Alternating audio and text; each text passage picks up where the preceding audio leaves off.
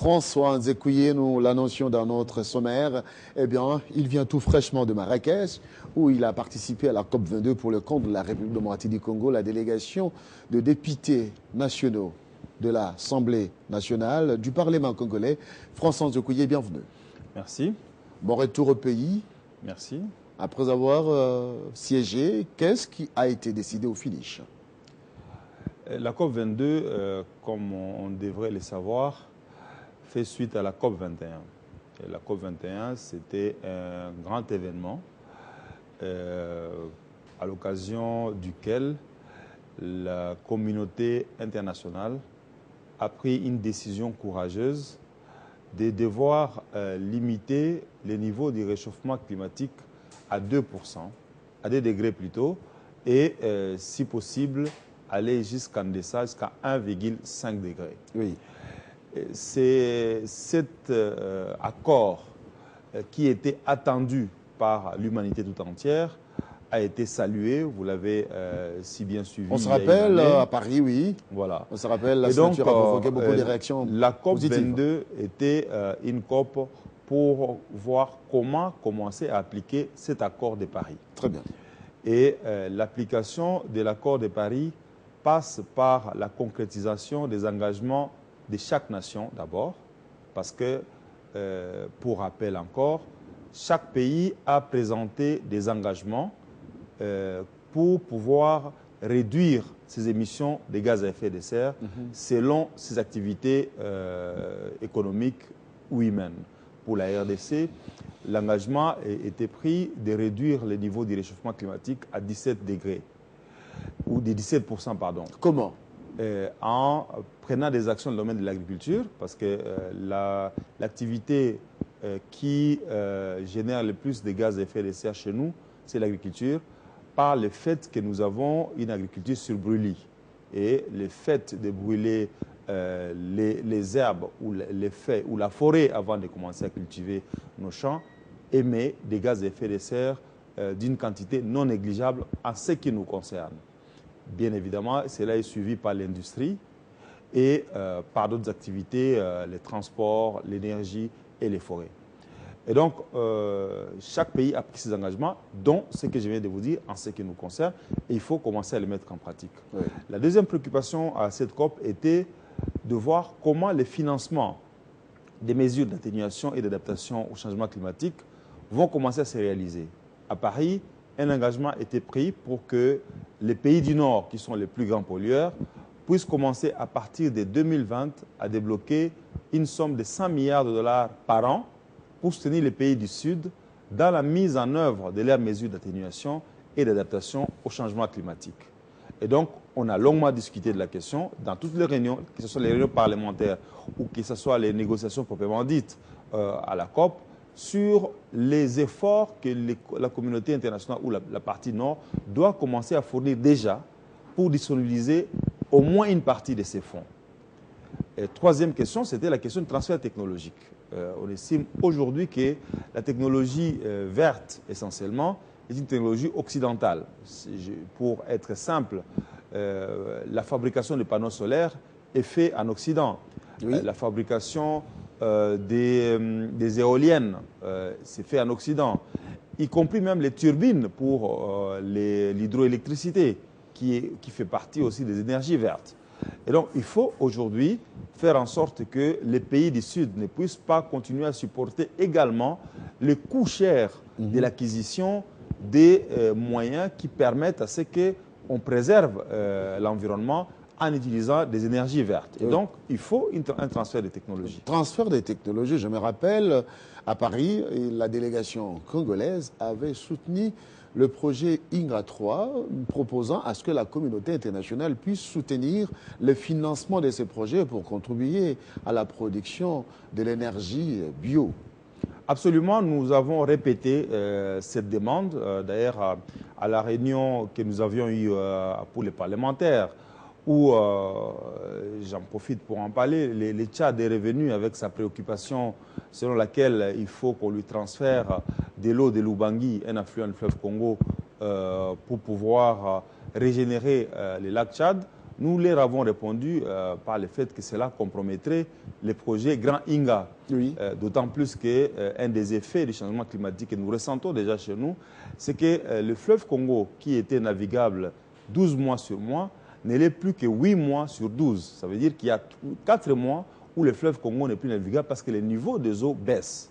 Et donc, transférer les eaux du fleuve Congo vers le lac Tchad entraînerait logiquement une baisse plus sensible du niveau des eaux du fleuve Congo et donc compromettrait les projets Inga, non seulement les projets Inga tout simplement, mais aussi entraînerait une faiblesse de régénération de nos forêts parce que les forêts vivent grâce à l'eau et ça détruirait beaucoup d'écosystèmes. Et donc, ces projets-là, nous l'avons encore une fois défendu pendant cette COP22 pour que nous puissions obtenir des financements, effectivement, parce qu'en finançant les projets Grand Inga, nous produirons une énergie verte qui puisse alimenter toute l'Afrique. Et donc, c'est un plaidoyer que nous continuons à faire, mais nous avons l'impression qu'au niveau des pays du Nord, on a tendance à négliger maintenant l'hydroélectricité parce que les Occidentaux produisent des panneaux solaires et ils voudraient donc vendre à travers toute l'Afrique des panneaux solaires. Et pour preuve d'ailleurs... C'est une sorte de politique commerciale. Absolument une politique commerciale parce qu'à la COP22, on a remarqué qu'il y a une mobilisation de 10 milliards de dollars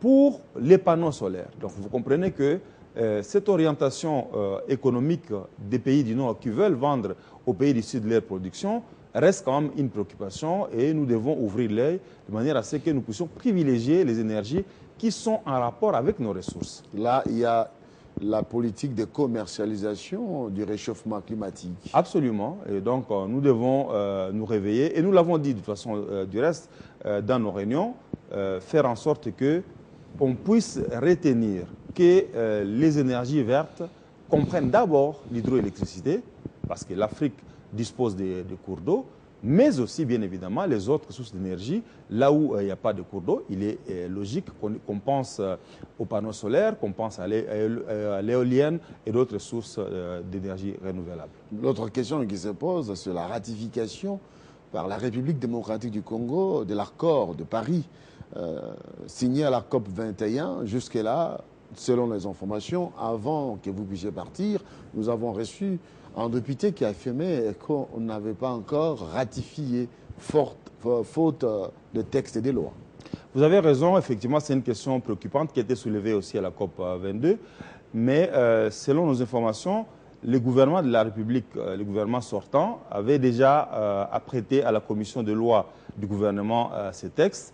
Il ne reste plus que sa transmission au niveau de l'Assemblée nationale pour que nous l'examinions. Et donc, nous faisons appel au nouveau gouvernement qui va entrer en fonction bientôt pour qu'il fasse diligence et nous transmettre ces textes pour que nous puissions les ratifier.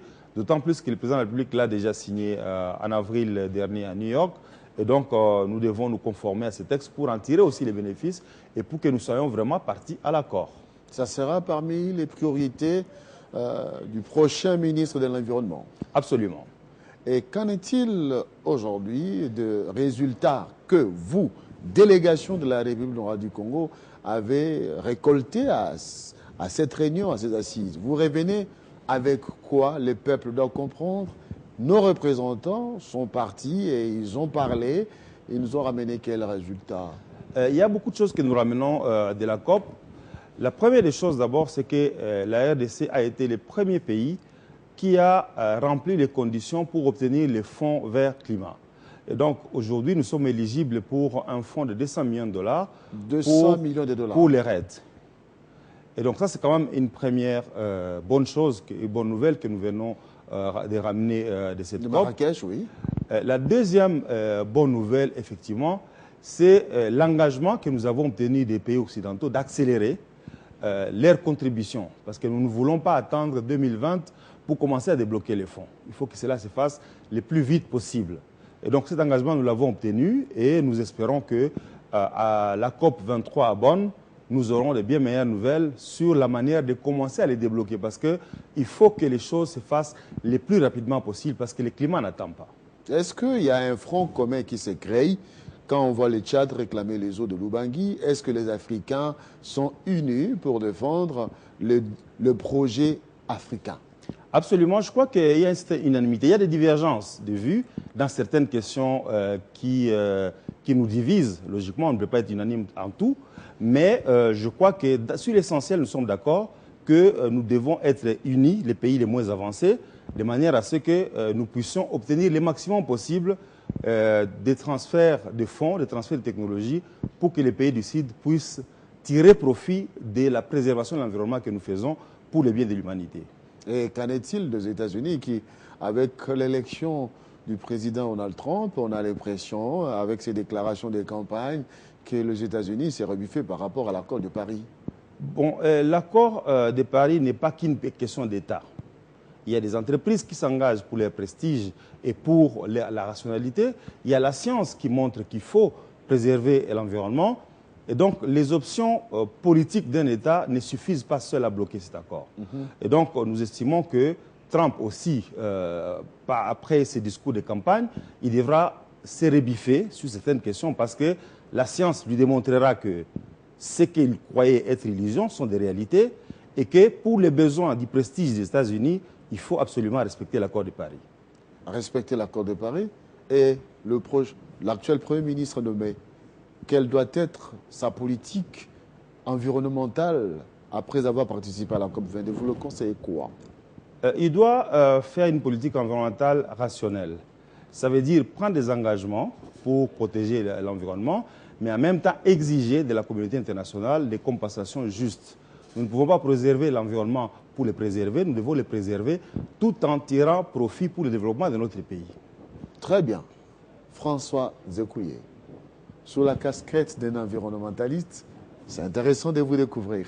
Merci d'avoir accepté l'invitation des Télé 50. C'est toujours un plaisir, mais sache que je suis toujours environnementaliste depuis plusieurs années, mais on n'a toujours pas l'occasion d'en parler. Merci. Je vous en prie. Merci mesdames et messieurs, et ça n'a donc fini avec Kinshasa Direct. Vous avez suivi la quintessence.